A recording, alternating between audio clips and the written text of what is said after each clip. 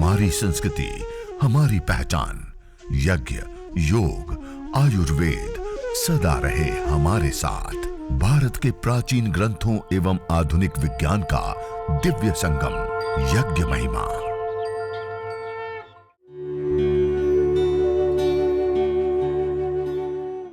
भारतीय संस्कृति में यज्ञ, योग एवं आयुर्वेद जैसी अमूल्य विद्याएं हैं, जिसका मूल है वेद।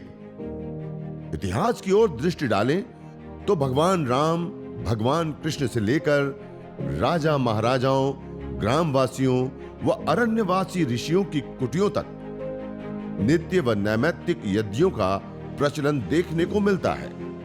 ओम अयंत एद्म आत्मा जात वेदस्तेनेध्यस्वर्धस्व चेद्धवर्धय चास्मान् प्रजया पशुभिर्ब्रह्म वर्चसे नान्नाद्येन समेधय स्वाहा इदमग्नये जात वेदसे इदन्न मम। दूसरी समिधा लेंगे इसी प्रकार से हाथ को जोड़ते हुए।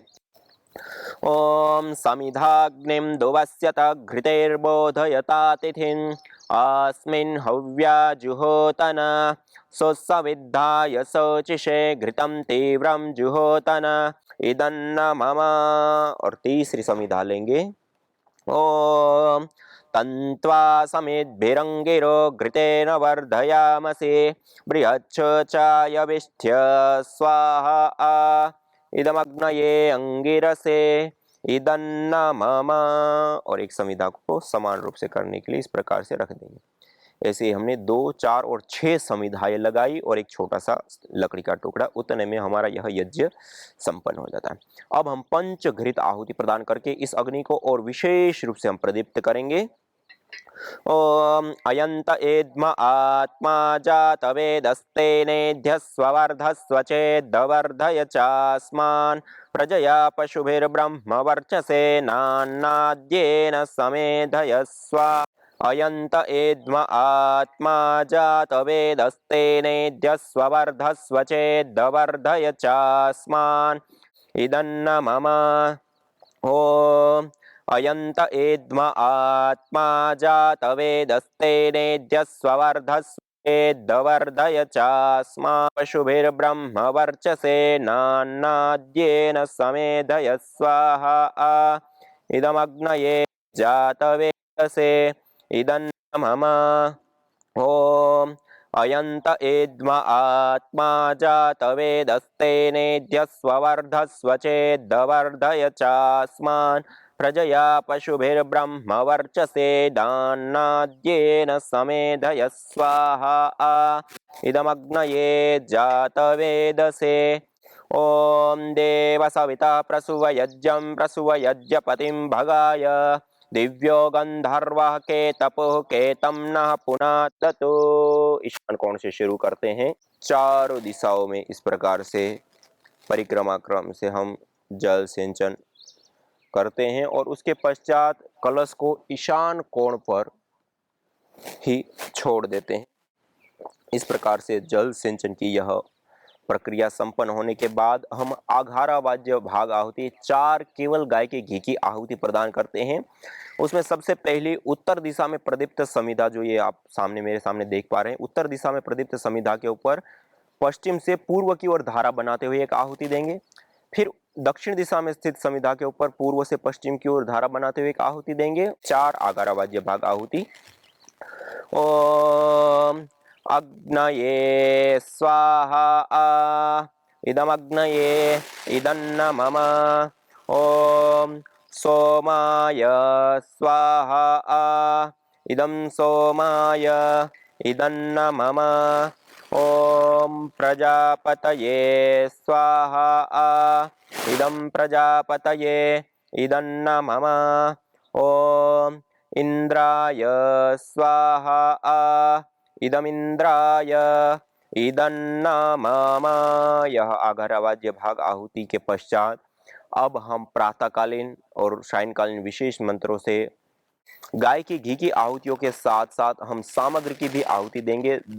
दाएं हाथ राइट हैंड में मध्यमा, अनामिका और अंगुष्ठ 3 उंगलियों के माध्यम से इस प्रकार से सामग्री को पकड़ करके और ऐसे आप ये देख पा रहे हैं, ऐसे 3 उंगलियों से सामग्री को पकड़ कर और इस प्रकार से प्रणाम मुद्रा में इस प्रकार से आहुति देते हैं। ऐसे ये आप देख पा रहे हैं ऐसे। तो इस प्रकार से आहुति, और श्रु को भी पकड़ने का एक तरीका होता है। हम जैसे पेन पकड़ते हैं, इस प्रकार पकड़ने के पश्चात प्रथम उंगली को ऐसे सीधा कर देते हैं, मध्यमा उंगली के प्रथम जोड़ के ऊपर और अंगुष्ठ और प्रथम उंगली के मूल भाग में इस प्रकार दबाते हैं और ऐसे पकड़ते प्रथम उंगली को सीधा रखते हुए। जब हम ओम का उच्चारण करते हैं तब गाय का घी श्रु के अंदर लेते हैं और सामग्री में भी इसी प्रकार से हाथ में लेते हैं, और जब अंतिम में स्वाहा बोलते हैं तब वेदी के मध्य में हम आहुति प्रदान करते हैं। तो इस प्रकार से हम अब सामग्री के साथ आहुतियां प्रदान करेंगे। ओम सूर्यो ज्योतिर्ज्योति सूर्य स्वाहा आ। ओम सूर्यो वर्चो ज्योतिर्वर्च स्वाहा आ। ओम ज्योति सूर्य सूर्यो ज्योति स्वाहा आ। ओम सजुर्देवेन सवित्रा सजुरुसेन्द्रवत्या जुषाणः सूर्यो वेतो स्वाहा आ।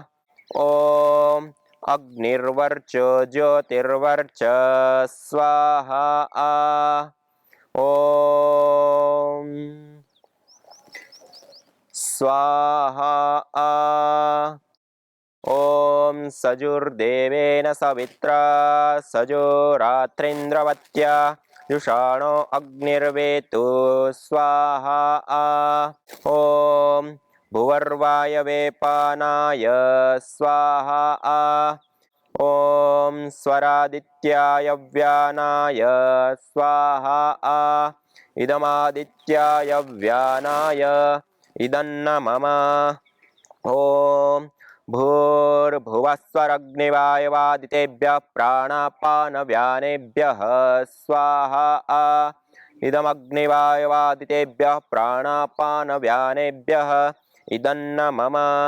ओम आपो ज्योतिरसोऽमृतं ब्रह्म भूर्भुवस्वरों स्वाहा आ।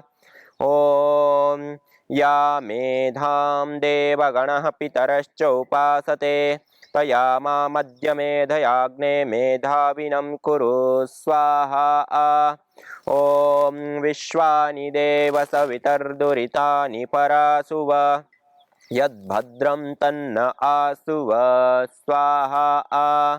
इसके पश्चात और जितना अधिक यज्ञ करने की इच्छा हो, गायत्री मंत्र, विश्वानि देवी मंत्र, मृत्युंजय मंत्र का उच्चारण करते हुए ओम भूर्भुवस्वः तत्सवितुर्वरेण्यं भर्गो देवस्य धीमहि धियो यो नः प्रचोदयात् स्वाहा आ।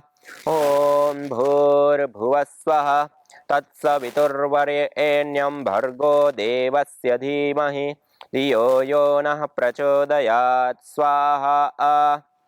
ओम त्र्यंबकं यजामहे सुगंधिं पुष्टिवर्धनम् उर्वारुकमिव बन्धनान् मृत्योर्मुक्षीयमामृतात् स्वाहा आ। ओम त्र्यंबकं यजामहे सुगंधिं पुष्टिवर्धनम् उर्वारुकमिव बन्धनान् मृत्योर्मुक्षीयमामृतात् स्वाहा आ। अब हम संपूर्ण परिवार के योग और क्षेम के लिए ओम स्तुता मया वरदा वेद माता प्रचोदयन्ताम् पावमानि द्विजानाम् आयुः प्राणं प्रजां पशुं कीर्तिं द्रविणं ब्रह्मवर्चसं मह्यं दत्त्वा व्रजत ब्रह्मलोकं स्वाहा आ। अब संपूर्ण राष्ट्र के योग और क्षेम के लिए विशेष आहुति। ओम आ ब्रह्मन् ब्राह्मणो ब्रह्मवर्चसे जायता महाराष्ट्रे राजन्यशूर इषव्योतिव्याधे महारथो जायता दोग्ध्रिर्धेनुर्वोढा नड्वा नासो सप्तिः पुरन्धिर्योषा जिष्णुरथेष्ठाः सभेयो युवास्य यजमानस्य वीरो जायता निकामे निकामे नः पर्जन्यो वर्षतो फलवत्यो न औषधयः पच्यन्ता योगक्षेमो नः कल्पतां स्वाहा आ। इदं राष्ट्राय इदन्न मम ॐ राष्ट्राय स्वाहा इदं राष्ट्राय इदन्न मम। अब यह कुछ विशेष आहुतियों के पश्चात हमने यह जो यज्ञ किया उसमें कोई न्यूनता कर दी, कोई अधिकता कर दी, कोई दोष हो गया, कोई भूल हो गई, किसी भी प्रकार का उच्चारण में गलती हो गई, किसी भी प्रकार की कोई न्यूनता या अधिकता रही है, तो हे प्रभु, हे ईश्वर, हे जगदीश्वर, हमें क्षमा कीजिए। इस क्षमा याचना की भावना के साथ अब हम स्विष्टकृत आहुति प्रदान करेंगे। इस स्विष्टकृत आहुति में आपके पास कोई मिष्ठान्न है, मिठाई है, तो उसकी भी आप आहुति दे सकते हैं गाय के घी के साथ, या फिर केवल गाय के घी की आहुति दे करके इसको आप संपन्न करें स्विष्टकृत आहुति को। और उसके बाद हम मौन आहुति, प्राजापत्य आहुति प्रदान करेंगे प्रजापति के लिए, उसमें भी गाय के घी की ही आहुति केवल देंगे। और उसके पश्चात ओम सर्वम वै पूर्णम स्वाहा एक ही मंत्र का 3 बार उच्चारण करते हुए सामग्री और घी दोनों की आहुति देते हुए पूर्ण आहुति प्रदान करेंगे। ॐ यदस्य कर्मणोत्यरेरिचं यद्वा न्यूनमिहाकरम् अग्निस्तत्स्विष्टकृद्विद्यात् सर्वं स्विष्टं सूतं करोतु मे। अग्नये स्विष्टकृते सूतौते सर्वप्रायश्चित्ताहुतीनां कामानां समर्दयित्रे सर्वान्नः कामान् समर्दय स्वाहा इदमग्नये स्विष्टकृते इदन्न मम। केवल गाय के घी की आहुति दे करके हम इस स्विष्टकृत आहुति को प्रदान करते हैं। और इसी प्रकार प्राजापत्य आहुति ओम स्वाहा इदं प्रजापतये इदन्न मम ओम सर्वं वै पूर्णं स्वाहा ओम सर्वं वै पूर्णं स्वाहा ओम सर्वं वै पूर्णं स्वाहा। एक ही मंत्र का 3 बार उच्चारण करते हुए 3 आहुतियां विशेष प्रदान करते हैं। यह यज्ञ, हवन, अग्निहोत्र, देव यज्ञ, दैनिक अग्निहोत्र जिसको कहते हैं, उसको हमने संपन्न किया। अब सीधे बैठ करके संपूर्ण विश्व के मंगल की कामना करते हुए, प्रभु से प्रार्थना करते हुए, सत्याः सन्तु यजमानस्य कामा का जो यजमान यज्ञ करने के पश्चात यज्ञ की शरण में बैठ करके जो भी प्रार्थना करता है वो उनकी प्रार्थनाएं पूर्ण होती है। तो आइए हम सभी लोग मिलकर के संपूर्ण विश्व के मंगल की कामना करते हुए ओम सर्वे भवन्तु सुखिनः सर्वे सन्तु निरामयाः सर्वे भद्राणि पश्यन्तु मा कश्चित् दुःखभाग् भवेत्। हे ईश सब सुखी हो, कोई न हो दुखारी, सब हो निरोग भगवन धन धान्य के भंडारी। सब भद्र भाव देखे सन्मार्ग के पथिक हो, दुखिया न कोई होवे सृष्टि में प्राणधारी। हे नाथ सब सुखी हो, कोई न हो दुखारी, सब हो निरोग भगवन धन धान्य के भंडारी। त्वमेव माता च पिता त्वमेव त्वमेव बन्धुश्च सखा त्वमेव त्वमेव विद्या द्रविणं त्वमेव त्वमेव सर्वं मम देव देव। ॐ शान्ति शान्ति शान्तिः। ओम्।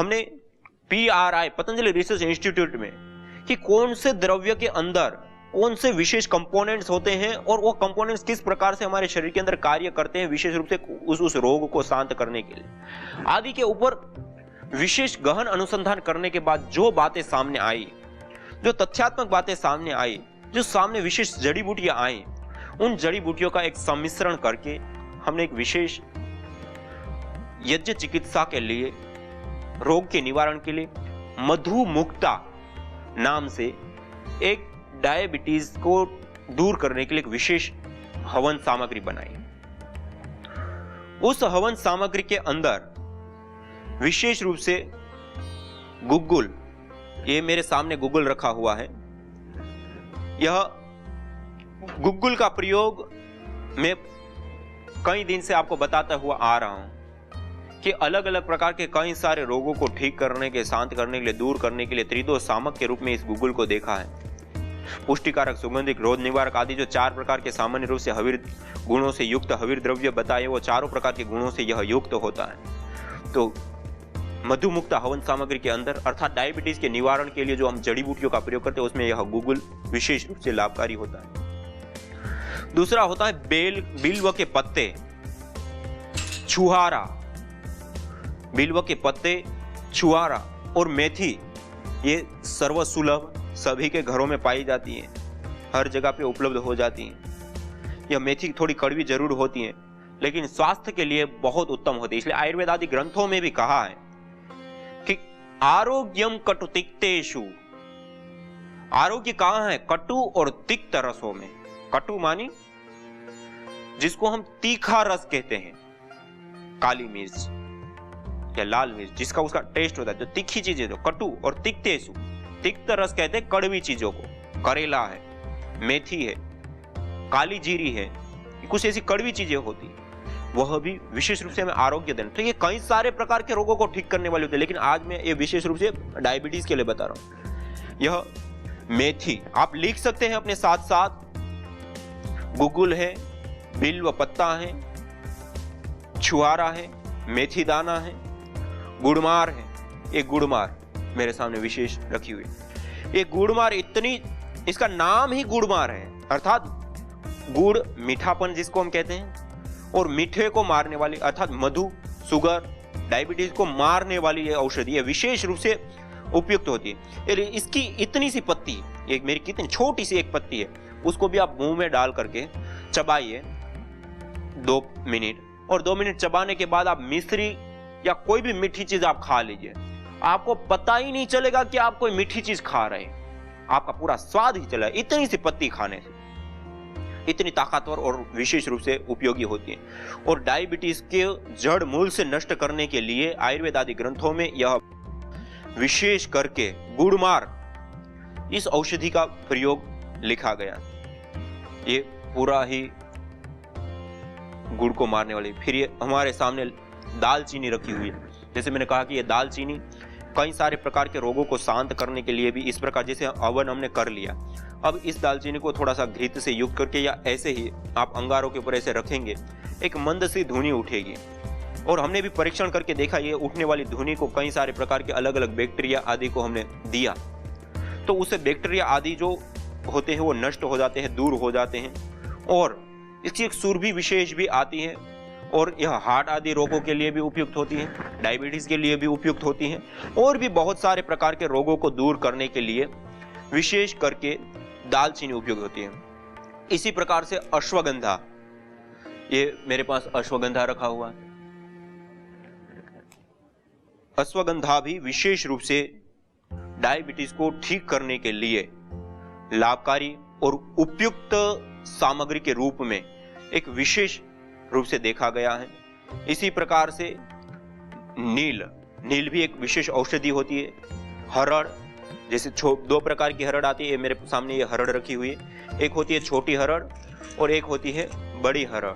तो इस छोटी हरड़ भी यह विशेष रूप से डायबिटीज को ठीक करने के लिए कार्य करती हैं। और इसी प्रकार से गिलोय तो आप सभी लोग जानते हैं, पूरे संसार में आज गिलोय को भारत सरकार ने एक राष्ट्रीय औषधि के रूप में भी इसको दर्जा दिया है और इसको एंटीबायोटिक, एंटीसेप्टिक और भी बहुत सारे गुणों से युक्त पाया गया है। और इसके अंदर जो तत्व होते हैं वह विशेष करके डायबिटीज को भी ठीक करने की शक्ति और सामर्थ्य रखते हैं। और इसके बाद ये रखा हुआ है बहेड़ा, यह बहेड़ा रखा हुआ है। यह बहेड़ा भी विशेष रूप से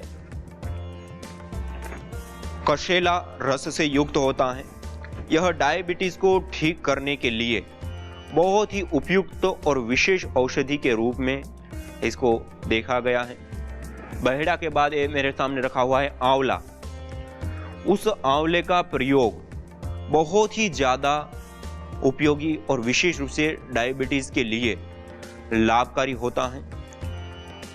आंवला है, बहेड़ा है, गिलोय है, छोटी हरड़ है, अश्वगंधा है, गुग्गुल है, मेथी है, गुड़मार है, दालचीनी है। ये सारे के सारे द्रव्यों को हम विशेष रूप से प्रयोग ले सकते हैं।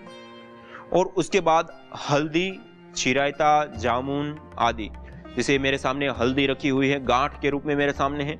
हम अपने घरों में प्रतिदिन इस हल्दी का प्रयोग करते हैं, चूर्ण के रूप में हम प्रयोग लेते हैं।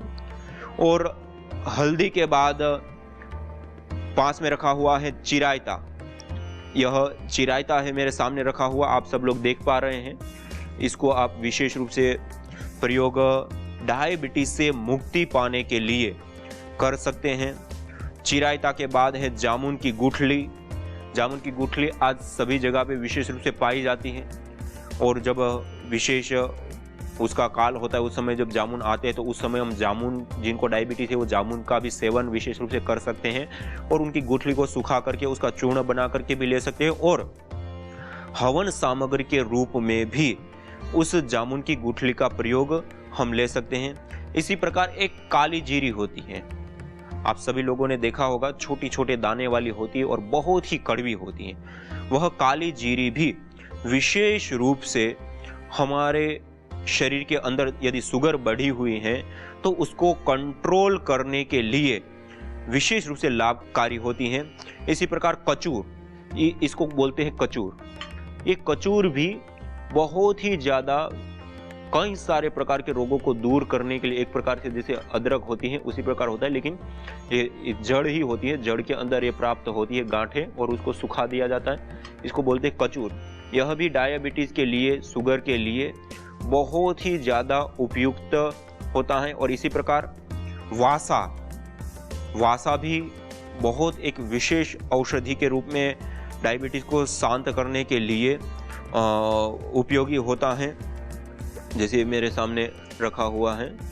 और वासा के बाद बबूल की फली यदि मिल जाए तो बबूल की फली भी विशेष रूप से डायबिटीज़ की शांति के लिए वह लाभकारी होती हैं। बबूल की फली के साथ साथ कुटज, नीम और कालमेघ। एक कुटज की छाल मेरे सामने रखी हुई है, ये आप देख सकते हैं।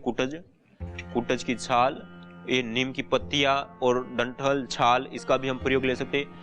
ये सारी नीम की पत्ती है, नीम की छाल है।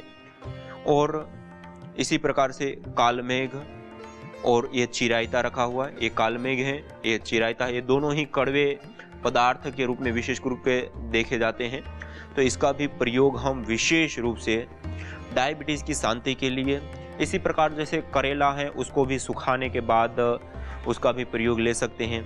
और इसी प्रकार जैसे आयुर्वेद के अंदर मधु मुक्ति के लिए अलग अलग औषधियों का वर्णन है, उन औषधियों को लेकर के हम हवन कर सकते हैं। और ऐसा नहीं कि इन सारी जड़ी बूटियों की अत्यंत आवश्यकता हो ही हो, इसमें से 1, 2, 3, 5 जो हमें उपलब्ध हो जाए, उन औषधियों का सेवन भी डायबिटीज की मुक्ति के लिए उपयुक्त होता है, इसका काढ़ा भी डायबिटीज के लिए उपयुक्त होता है, और इसको हवन सामग्री के रूप में प्रयोग करके, और बाद में जैसे अग्नि शांत हो गई उसके बाद जैसे गुड़मार है उसको भी थोड़ी मात्रा में से अंगारों के ऊपर विशेष रूप से डाल दिया, और जैसे ही ये चिरायता कालमेघ आदि है उसको डाला, और इससे उठने वाली जो ये धुनी विशेष होती है उस धुनी विशेष को भी लेने से डायबिटीज रोग में विशेष रूप से शांति और मुक्ति मिलती है। और कई सारे परीक्षणों से भी यह बात सामने आई है कि डायबिटीज की मुक्ति के लिए यह द्रव्य विशेष करके लाभकारी और उपयुक्त होता है, और दो रूप में, एक तो हम हवि के रूप में आहुति देते हैं, और दूसरा जब यज्ञ हवन अग्निहोत्र हो गया उसके बाद उसको अंगारों के ऊपर रखे और उससे उठने वाली जो धुनी है उस धुनी को भी हम प्राप्त करके उससे हम निजात पा सकते हैं। तो ये मेरे सामने रखा हुआ डायबिटीज को निवारण के लिए, और इन द्रव्यों को आप लिख सकते हैं, आप स्वयं अपने घर में बना सकते हैं, प्रयोग ले सकते हैं।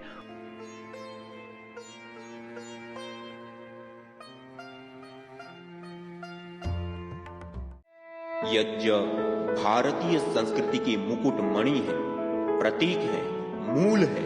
मानव जीवन के हर पहलू के साथ यज्ञ जुड़ा हुआ है, चाहे वह संस्कार, चाहे पूजा पाठ, या फिर पर्व से लेकर हर शुभ अशुभ अवसरों में भी यज्ञ करने की सार्वभौमिक, वैज्ञानिक एवं पंथ निरपेक्ष पावनी परंपरा रही है। आइए हम संकल्प लें, संसार के श्रेष्ठतम कर्म यज्ञ को अपनाएं। पिंड और ब्रह्मांड में संतुलन कायम करने वाले यज्ञ को अपने जीवन का अभिन्न अंग बनाएं एवं प्रकृति मां के प्रति अपने ऋणों को अदा करें। विश्व स्वास्थ्य का एक नारा, यज्ञ से होगा जग उजियारा।